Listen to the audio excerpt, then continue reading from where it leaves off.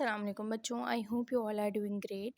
Today we are going to discuss about immunogens. ठीक है, immunogens में आपको पता होना चाहिए कि what are the immunogens. तो ये एक ऐसे मॉलिक्यूल होते हैं जो कि इम्यून रिस्पॉन्स को इंड्यूस करवाते हैं, मतलब उसको स्टार्ट करवाते हैं. इम्यूनोजेंस में सबसे पहले आ जाता है आपके पास एंटीजन. ठीक है, एंटीजन क्या है? ऐसा इम्यूनोजन जो कि हाईली स्पेसिफिक रिसेप्टर्स जो होते हैं कहाँ पर, टी सेल्स और बी सेल्स पर, ये उनके साथ जाके रिएक्ट करता है और क्या करवाता है इम्यूनिटी करवाता है. ठीक है सॉरी, इम्यून रिस्पॉन्स को इंड्यूस करवा रहा है. तो सॉरी बच्चों आवाज़ के लिए. अच्छा, क्या हो गया? इम्यूनोजन ऐसा मॉलिक्यूल है जो कि इम्यून रिस्पॉन्स करवा रहा है. एंटीजन की डेफिनेशन यहाँ से पूछते हैं, दोनों की डेफिनेशन पूछे जाते हैं, इम्यूनोजन भी और एंटीजन भी. अच्छा, मैं जो है ना साथ साथ आप लोगों को वाइवा के लिहाज से भी तैयारी करवा रही होती हूँ, तो आप लोगों ने उन चीज़ों के ऊपर स्टार बना लेना जहाँ पे मैं बोलती हूँ कि ये चीज़ इम्पॉर्टेंट है. ठीक है, देखो ये क्वेश्चन लिखा हुआ भी है, what are antigens, what are immunogen, ऐसा सवाल किया जाता है. अच्छा, अब क्वेश्चन है टाइप्स एंड कैरेक्टरिस्टिक फीचर्स बता दो एंटीजन के. क्या हर चीज़ एंटीजन होती है? नहीं, उन्होंने कुछ बुक में आपकी कुछ चीज़ें लिखी हुई हैं कि ये चीज़ें होनी चाहिए, ये कैरेक्टरिस्टिक्स किसी मॉलिक्यूल पे होनी चाहिए. अगर वो ऐसा होगा तो वो एंटीजन कहलाएगा. ठीक है, अब क्या चीज़ है उनको देखते हैं. इसमें क्या आ जाता है? सबसे पहले फॉरेनर्स. फॉरेनर्स का मतलब क्या है कि जो भी एंटीजन है ना, वो बॉडी का अपना नहीं होना चाहिए, मतलब सेल्फ रिकग्नाइज नहीं होना चाहिए, बल्कि वो कैसे होना चाहिए? नॉन सेल्फ होना चाहिए. मीन्स कि कहीं बाहर का आया हुआ हो तो उसको हम कहते हैं कि वो एंटीजन है. क्योंकि अगर सेल्फ होगा तो आपको पता है कि we are tolerant to those self molecules, हमारी अपनी बॉडी के ही हैं, तो हम तो उनके टॉलरेंट होंगे. लेकिन अगर कोई एंटीजन क्या होता है बेसिकली, वो मॉलिक्यूल जो कि आपकी बॉडी में आएगा, एंटर करेगा और आपकी इम्यूनिटी को बढ़ाएगा. कैसे बढ़ाएगा? कि वो डिजीज़ कॉज करना चाहेगा और दूसरी तरफ से हमारी बॉडी अपना इम्यून रिस्पॉन्स शो करेगी. तो इस तरीके से एंटीजन क्या होना चाहिए? बाहर का होना चाहिए, अपना अंदर का नहीं होना चाहिए, सेल्फ मॉलिक्यूल नहीं हो. दूसरा मॉलिक्यूलर साइज़, उसका जो मॉलिक्यूलर साइज़ है वो 100,000 से तक होना चाहिए. मीन्स के लार्ज प्रोटीन्स होनी चाहिए, तो वो हाईली इम्यूनोजेनिक होती हैं. लेकिन अगर उनका मॉलिक्यूलर वेट कम हो जाए, जैसे 10,000 हो जाए, तो वो वीकली इम्यूनोजेनिक होंगे. और लेकिन अगर उससे भी ज़्यादा कम हो जाए तो वो फिर नॉन इम्यूनोजेनिक है, मतलब इम्यूनोजेनिक नहीं है. जैसे कि बहुत स्मॉल होती हैं अमाइनो एसिड्स हैं, ये नॉन इम्यूनोजेनिक है. लेकिन कुछ स्मॉल मॉलिक्यूल्स होते हैं जैसे कि हैप्टेंस, ये इम्यूनोजेनिक हो जाते हैं. ये पहले क्या है? नॉन इम्यूनोजेनिक है. लेकिन जब ये किसी कैरियर प्रोटीन के साथ मिलते हैं, कंबाइन करते हैं, एक लिंक बनाते हैं, तो ये क्या हो जाते हैं? ये इम्यूनोजेनिक हो जाते हैं. तो मॉलिक्यूलर साइज़ में हमने क्या देखा? सबसे पहली चीज़ ये कि इनका मॉलिक्यूलर साइज़ बड़ा होगा तो हाईली इम्यूनोजेनिक होगी. अगर मॉलिक्यूलर साइज़ थोड़ा सा कम होगा तो ये लेस इम्यूनोजेनिक होगी. और अगर ये बहुत ज़्यादा स्मॉल हो गया तो ये नॉन इम्यूनोजेनिक होगी, मतलब होगी ही नहीं इम्यूनोजेनिक. केमिकल स्ट्रक्चरल कॉम्प्लेक्सिटी, कि जो इनका स्ट्रक्चर होता है ना वो बहुत ज़्यादा कॉम्प्लेक्स होना चाहिए. मीन्स के होमोपॉलीमर्स नहीं हो, single type of amino acid नहीं हो, क्या हो? हेट्रोपॉलीमर्स हो, मतलब डिफरेंट किस्म के अमाइनो एसिड्स लगे हों. जब डिफरेंट किस्म के अमाइनो एसिड्स लगे हुए होंगे तो उनका स्ट्रक्चर कैसा होगा?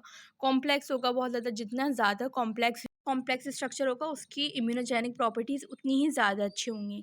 फिर आपके पास होते हैं एंटीजेनिक डिटर्मिनेंट्स, एपिटोप्स. इसको हम कहते हैं कि एंटीजन के ऊपर कुछ स्पेसिफिक चीज़ लगी हुई होती है जिसको हम कहते हैं एपिटॉप. ठीक है, वो एपिटॉप क्या करता है? एंटीजन का हमने पढ़ा कि जो एंटीजन है ना, वो टी सेल्स या बी सेल्स है उनके ऊपर रिसेप्टर्स होते हैं, उनके ऊपर जाके लगता है. लेकिन ये चीज़ नहीं लगती, इसके ऊपर एक चीज़ होती है जिसको हम कहते हैं एपिटॉप. ये जो एपिटॉप है ना, ये इस रिसेप्टर के साथ जाके बाइंड करता है. अच्छा, अभी जो हम यहाँ पे हैप्टेन की बात कर रहे थे ना कि स्मॉल मॉलिक्यूल्स होते हैं जो कि पहले तो इम्यूनोजेनिक होते हैं. लिखा हुआ इसकी डेफिनेशन देखो, व्हाट इज़ हैप्टेन, ये सवाल किया गया है वाइवा में.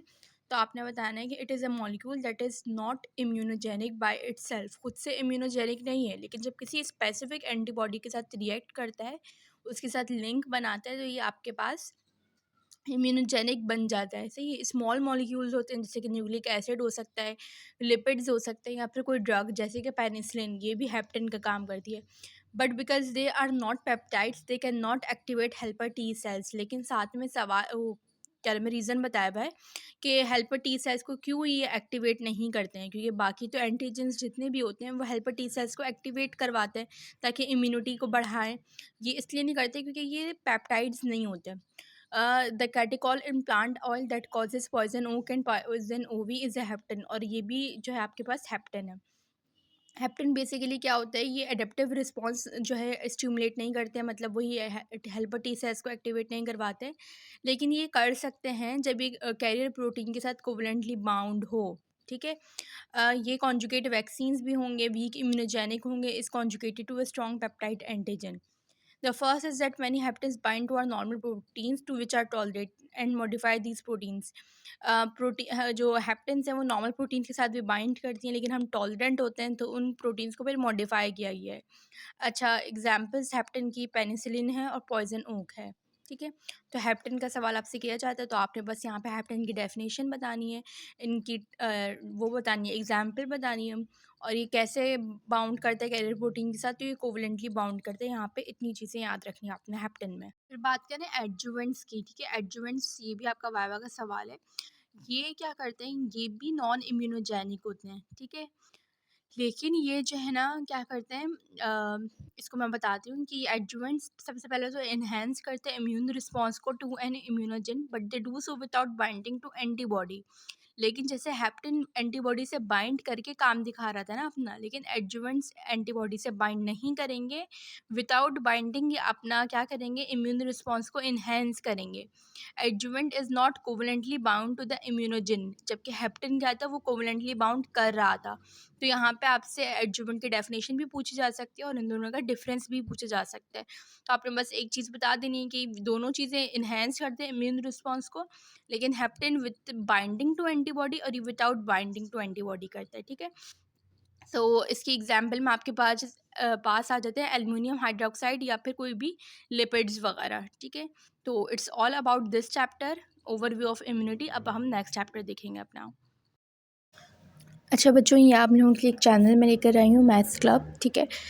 इसमें आप लोग जो है क्लास 9 मैट्रिक के सिंध बोर्ड के मैथ्स के अपने बहन भाइयों को, या कोई भी आप लोगों के कज़न्स वगैरह हैं, स्टूडेंट्स, अगर आप लोग ट्यूशन पढ़ाते हैं तो उनके लिए बहुत ज़्यादा बेनिफिशियल है ये चैनल। ठीक है।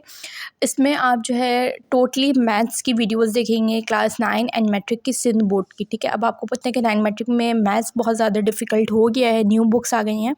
तो आप जो है उन लोगों को, बहन भाइयों को, या जो भी कज़न्स वगैरह, आप उनको ये शेयर करें, लाइक करें और उन लोगों के लिए फ़ायदा करें।